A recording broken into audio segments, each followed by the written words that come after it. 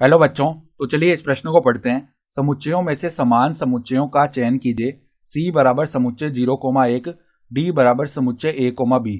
तो यहाँ पर देखो, हमें बताना है कि ये जो दोनों समुच्चय C और D हैं ये समान समुच्चय है या नहीं। ठीक है, तो प्रश्न में आगे बढ़ने से पहले इस प्रश्न से संबंधित जो मुख्य अवधारणा है उसकी हम चर्चा कर लेते हैं। तो देखो, मुख्य अवधारणा, यदि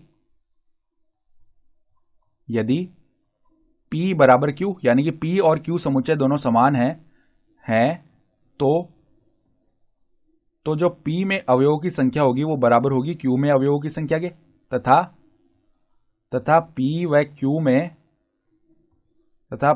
Q में समस्त अवयव समान होते हैं। ठीक है, यानी दो समुच्चय समान समुच्चय कब कहलाते हैं? पहले तो क्या होना चाहिए कि दोनों समुच्चयों में अवयवों की संख्या बराबर होनी चाहिए।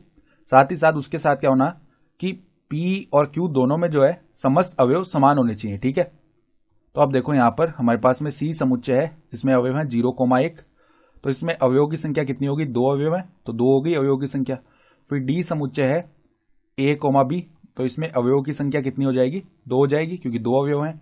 तो देखो, अवयवों की संख्या तो बराबर आ रही है, लेकिन हम देखें तो C में हमारे पास अवयव 0 और 1 है और D में अवयव A और B है। तो अवयव तो समान नहीं आ रहे, दोनों में अलग अलग अवयव हैं।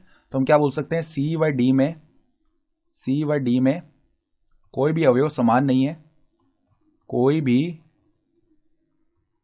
अवयव समान नहीं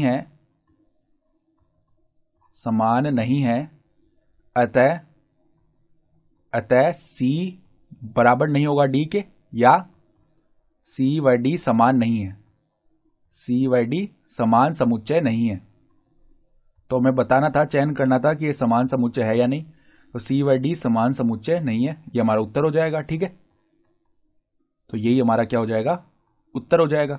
तो आशा करता हूं कि आपको ये प्रश्न समझ में आया होगा। धन्यवाद।